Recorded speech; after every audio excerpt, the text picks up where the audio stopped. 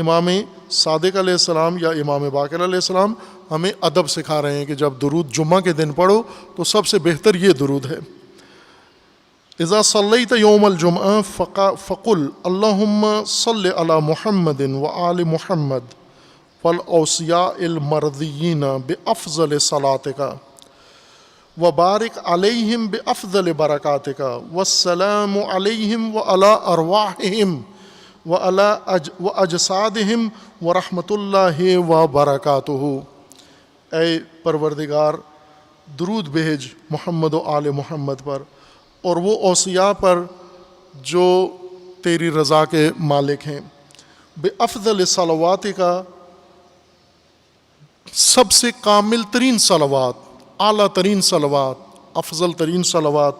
وبارک علیہم بافضل برکاتک اور برکتیں نازل فرما نبی اکرم و آل نبی پر اور اوصیاء پر سب سے اعلیٰ برکتیں و افضل برکتیں. والسلام علیہم اور ان پر سلام نازل فرما وعلی ارواحہم و اجسادہم ان کی ارواح پر بھی اور ان کے اجساد پر بھی سلامتی نازل فرما.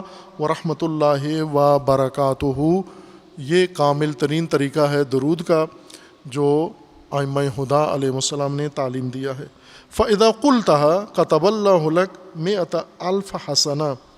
جب آپ یہ کہتے ہیں، یہ پڑھتے ہیں، تو اس وقت ہر درود کے بدلے میں 100,000 100,000 کتنا ہوتا ہے؟ 100,000 1,00,000 1,00,000 حسنات ایک دفعہ درود پڑھنے کے بدلے میں 1,00,000 حسنات آپ کے نامہ عمل میں لکھ دیے جاتے ہیں.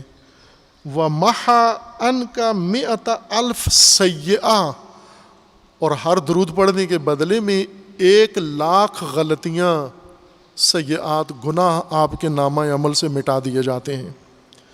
وَقَضَى لَكَ 100,000 حاجہ اور 1,00,000 حاجتیں تمہاری اللہ تعالیٰ منظور کر لیتا ہے، قبول کر لیتا ہے، پوری کر دیتا ہے.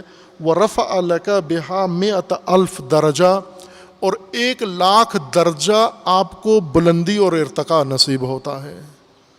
اگر یہ کامل درود روز جمعہ ظرف زمانی افضل ہے اور اس میں مومن کا اہتمام اور آداب جو روز جمعہ کے لیے بیان کیے گئے ہیں، اور اس کے اندر یہ عمل صالح یعنی درود و سلام رسول اللہ صلی اللہ علیہ وآلہ وسلم و آل نبی کے اوپر.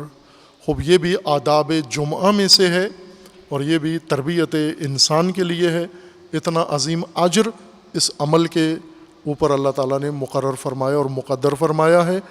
حق تعالیٰ ہمیں روز جمعہ کے آداب اور خصوصیات اور اعمال صالحہ سمجھنے کی توفیق عطا فرمائے، شعائر الہی کی تعظیم کی اللہ تعالیٰ توفیق عطا فرمائے، اور روز جمعہ اس ادب بندگی کی اللہ تعالیٰ توفیق عطا فرمائے.